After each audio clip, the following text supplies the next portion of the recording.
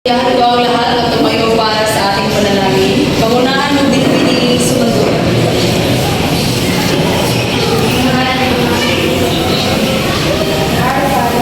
Our Father, who art in heaven, hallowed be thy name. Thy kingdom come, thy will be done on earth as it is in heaven. Give us this day our daily bread and forgive us our trespasses, as we forgive those who trespass against us.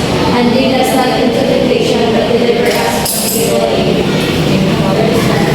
Bago kayo umupo ay pakiayos ng mga upuan at pakiligpit na rin ng mga gamit na walang kinalaman sa ating klase. Magandang umaga sa ating class. Magandang umaga po, ma'am. Kumusta naman kayo sa araw na to? Mabuti naman po. Mabuti naman at nasa maayos kayong kalagayan sapagkat magbubukas naman tayo ng panibagong aralin. Handa na ba kayo? Handa na po. Okay, mabuti naman. Ngunit bago ang lahat ay batid kong alam na ninyo ang ating kasunduan. Alam niyo ba ang ating mga kasunduan sa klase? Oo. Okay, magbigay ka ng binibini mo niya. Ay, ang palang kapay kapag kasagutan pa.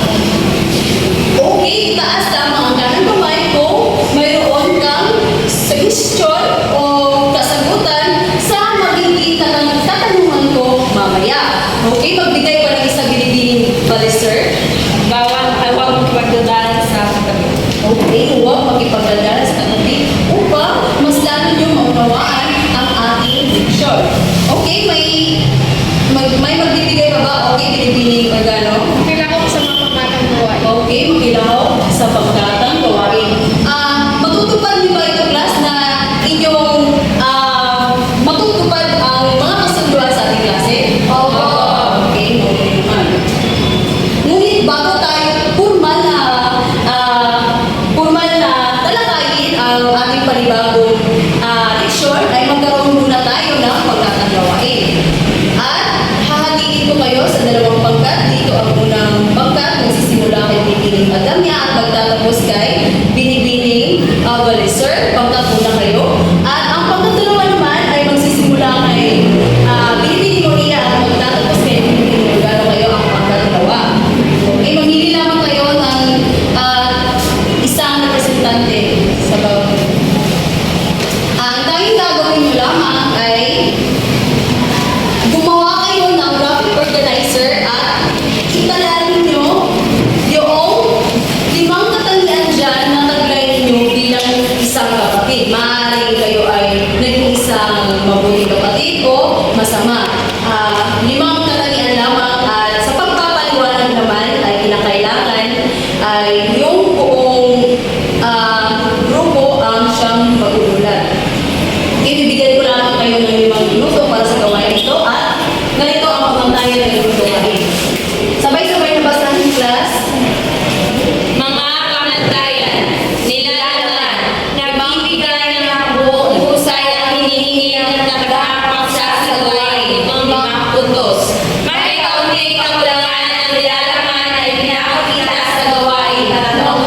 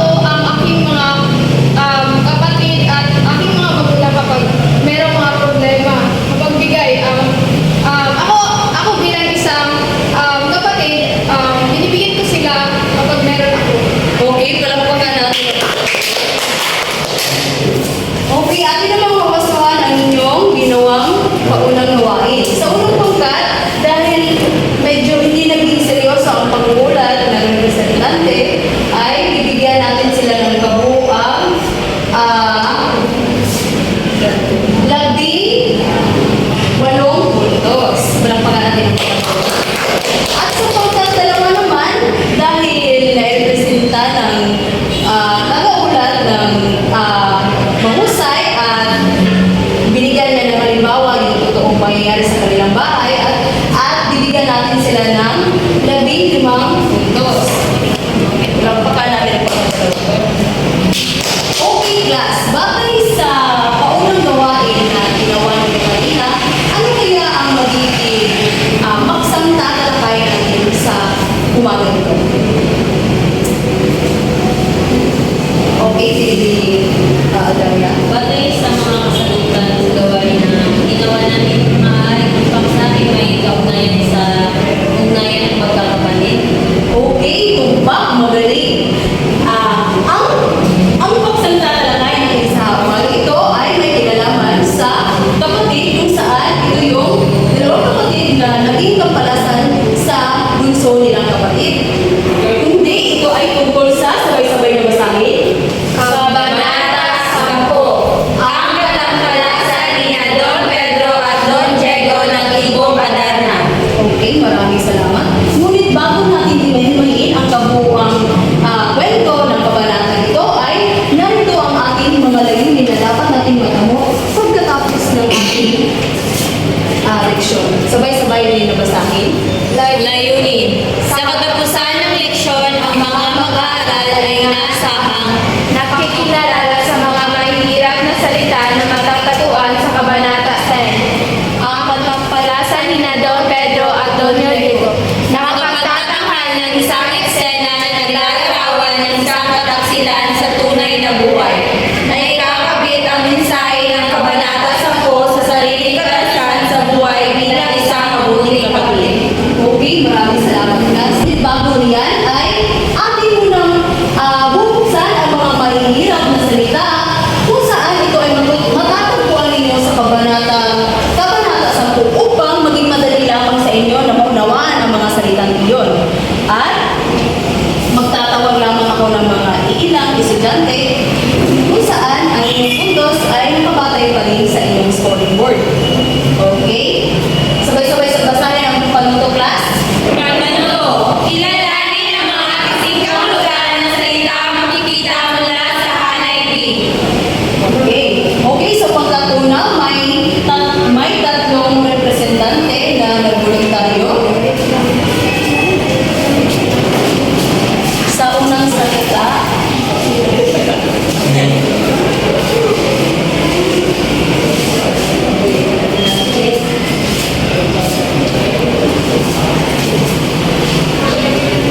sa pangdalawa ay may tatlo rin nagrepresenta.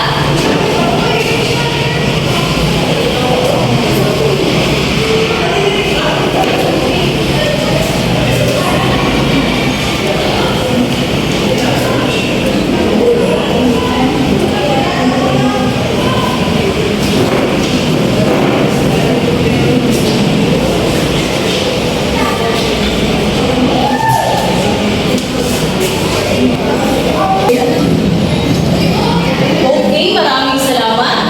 Sa unang salita na sinagutan ng panggat, una, ay tama ba na ang salitang bulapay ay ang kasagalugan ay di makakilos? Okay na, okay. Tumpak at gamitin mo ito sa pangusap Pilipining Balister. Nang makita ko ang aking ina na nakahandusay sa sahig ay hindi ako gumalapay. Yung salitang Gumalapay ng salita. Ako ay gulapay nang makita ang aking gulapay. Okay, again. Ako ay gulapay nang makita ko ang aking ina na nakahandusay sa sahig. Okay, maraming salamat. Bibigyan natin ng isang puntos ang panggatuna. Okay, so pangalawang salita naman, tama ba ang minuto ay ang kasikologan ay nag-twist? Okay, tumbang ang panggatuna. Gamitin mo ito sa pangungusap Pilipining Balister. Iputok ang kanyang, ay siya ay, nag-iputok siya ay, Okay, siya ay nag-minuto. Okay, tama. Bibigyan natin ng isang puntos na naman ang panggatuna. Okay, sa pangatlong salita, tama ba na ang nabawi ay ang kasikologan ay wala? Okay, gamitin mo nga ito sa pangungusap Pilipining Balister. so napawi ang aking pagod no, nagila ko ang aking mga. Okay, maraming salamat. Then, isang puntos ang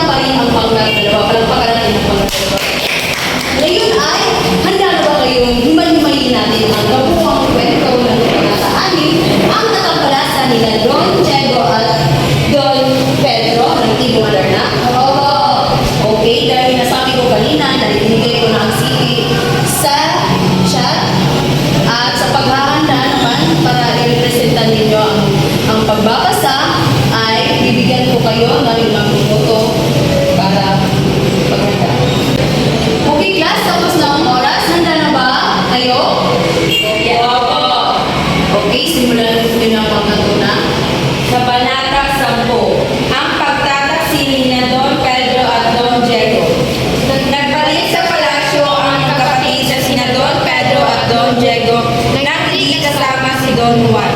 Bagaman nasa malubhang kalagayan, pinilit ni Haring Fernando na bumangon upang mayakap ang kanyang mga anak na matagal nang nawawala. Napuno ng pangamba at lungkot ang hari nang malaman na hindi kasama ang bunso niyang anak, si Don Juan. Sa mga tanong ng hari, hinggil ng kinatutunan ni Don Juan, iisang tugon lamang ang binigay ng dalawang prinsipe, hindi nila alam. Pinaliwanag ng magkapatid kay Haring Fernando ang kanilang nakuha, ang ibong Adarna. Ngunit nabigla ang hari na makita na hindi maganda at halatang mahina ang ibon. Nakumpirma ng hari na hindi mapapagaling ng sakit ang awit ng ibong Adarna dahil sa kondisyon nito, at sa halip ay maaaring mapatindi pa ito ng karamdaman. Sa kanyang pangamba, muli naalala ni Haring Fernando ang kanyang nakakapagdabag na panaginip na kanyang bunso ay pinatay ng dalawang kapatid. Okay class, atin mo nang iinto ang ating pagtalakay tungkol sa kabanatang ito dahil maubusan na tayo ng oras. At maraming salamat sa inyong kooperasyon. Yun lang.